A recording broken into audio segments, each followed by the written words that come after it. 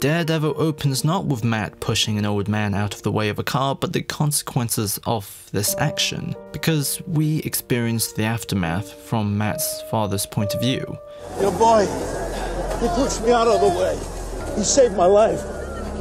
Dad, both birds. Therefore, he's not presented as a hero, but a victim of his own actions. The following scene is then Matt in a confession booth decades later asking for forgiveness for his next actions, fighting crime.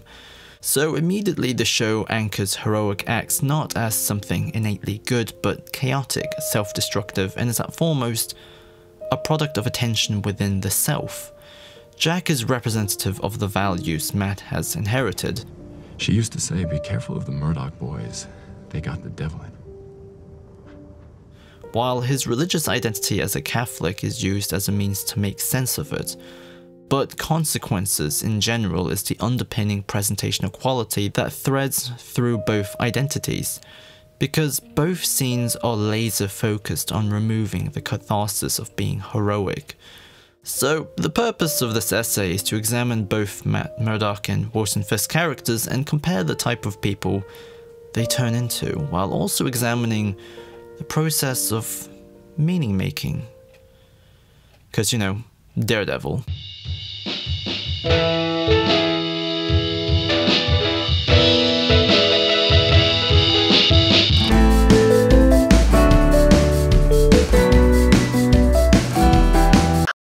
If all I saw was fire, I'd probably want to hit people too. If you weren't half dead, I would kick your ass, Murdoch. Jesus, he could take a punch. Language. Sorry, Father.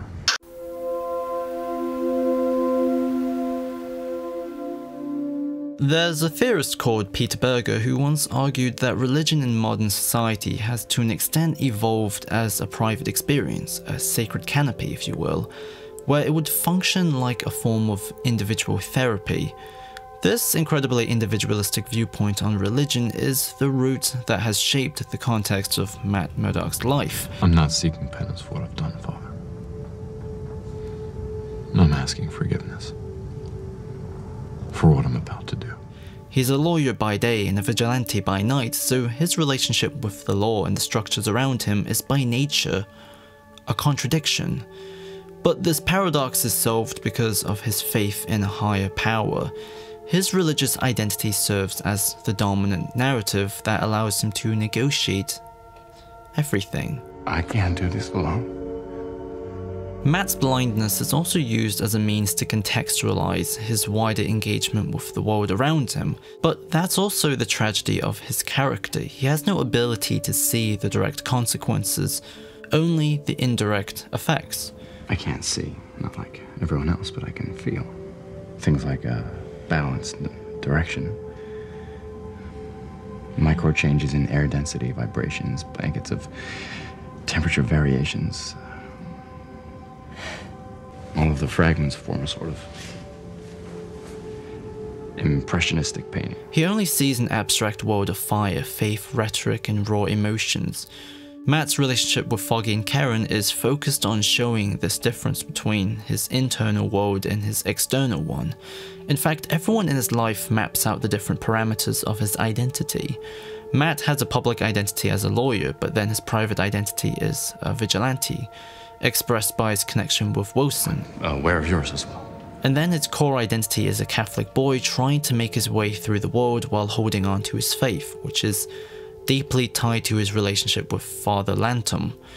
These different layers in Matt's sense of self constantly demands him to perform his life without a firm sense of continuity. No one ever penetrates his layers, and when it happens, it's so disastrous that there's nothing but friction. You listened to her heartbeat without her permission? We're lawyers. You can't do that. Therefore, the core of Matt's life is a question. It's the age-old riddle of who am I? Because whoever he is, there's always going to be a divorce between his actions and his values. When we're introduced to Wilson Fisk, it's from behind as he stares at the painting, A Rabbit in a Snowstorm. Therefore, he immediately contrasts our protagonist. When we see Matt as a boy, it's a high-angle shot, making him look very small and vulnerable. Then, as an adult, it's a close-up, developing a sense of intimacy. But Wilson is a silhouette. He's abstracted, made to look not only big, but as something more than a man. A symbol. Which is an interesting aspect of the show. We feel Wilson's presence before we see him. If Matt was a subject to the meanings in his life, from his father, to the Catholic Church, to the law, to the criminal organizations, Wilson's character is all about projecting meaning, and that's what Vanessa summarizes in her first moment with him. People always ask me, how can we charge so much for what amounts to gradations of white? I tell them it's not about the artist's name or the skill required. Not even about the art itself. All that matters is, how does it make you feel? She gets it, and that's why he falls in love.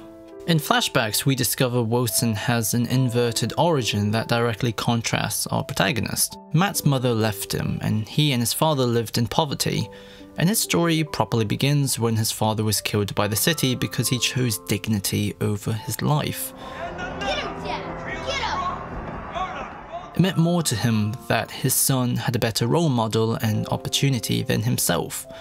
While Wilson and Bill lived in a middle-class life, but Bill looks down on his son and actively denies him good values.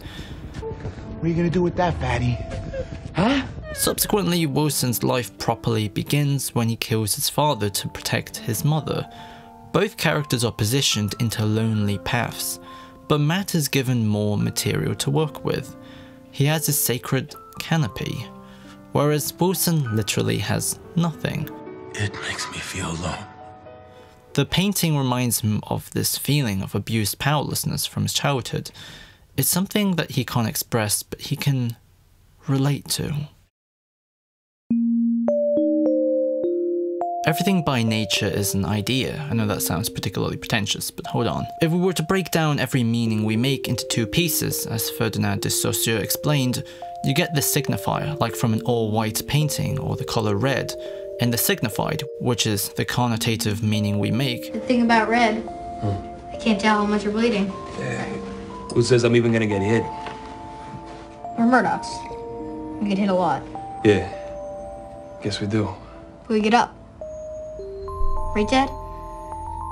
In the case of both our characters, it's the thought of their fathers.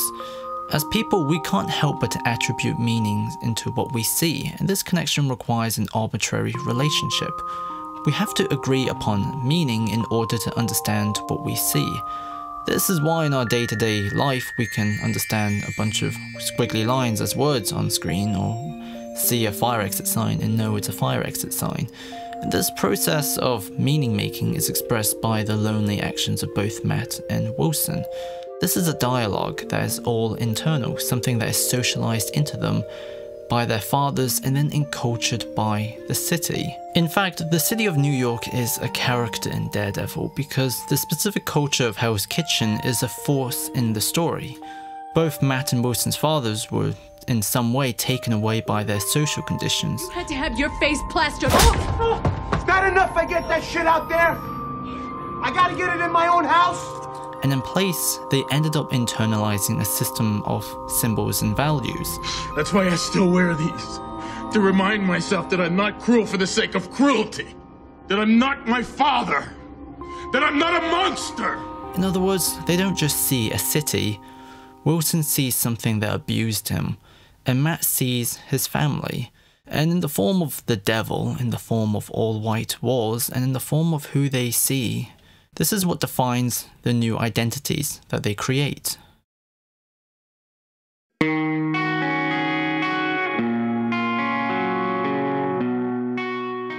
Both Matt and Wilson are trying to untangle the meaning that they've inherited by expressing them by projecting the contradictions into their new selves. This is my city. My family. Daredevil as an identity is the resolution for Matt Murdock's dilemma. The name references both the title given to his father, and it also references his religious role as a force keeping the people of Hell's Kitchen on the straight and narrow. The costume itself is a celebration of this synthesis. It's red like his father's outfit, and it also has horns like an actual devil. But at the same time, the symbolic value of all of this is deeply tragic. Daredevil, to an extent, is a reflection of failure, because his successes as a vigilante is what sustains and prolongs the dysfunctional nature of Hell's Kitchen, and also the boiling anger raging inside him.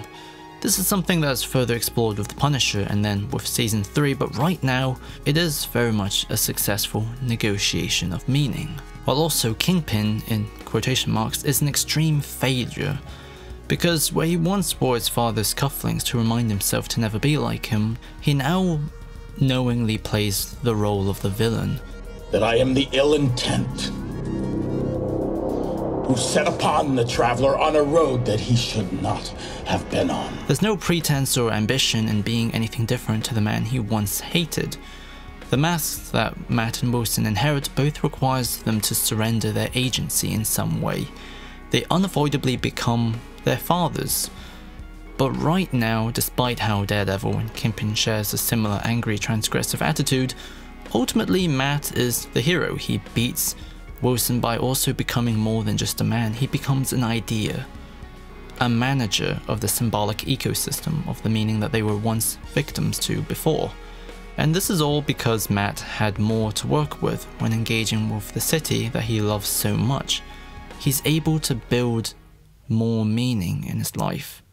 I've been preoccupied of late with questions of morality. Of right and wrong, good and evil. Sometimes the delineation between the two is a sharp line.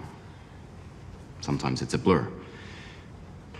And often it's like pornography. You just know when you see it. The first season of Daredevil is one of the best things ever because at the center of the show is a really big question about how we make meaning. Hell's Kitchen is a chaotic world where good people are punished for doing the right thing and villains are ultimately victims of their own conditions. The show is able to capture an honest portrayal of the suffering that comes from the anxiety when deciding who to be and who can you be, while also showing the glorious and dramatic results of reaching that place. It's also one of the reasons why superhero origin stories are so timeless. They ask big questions and provide big answers too.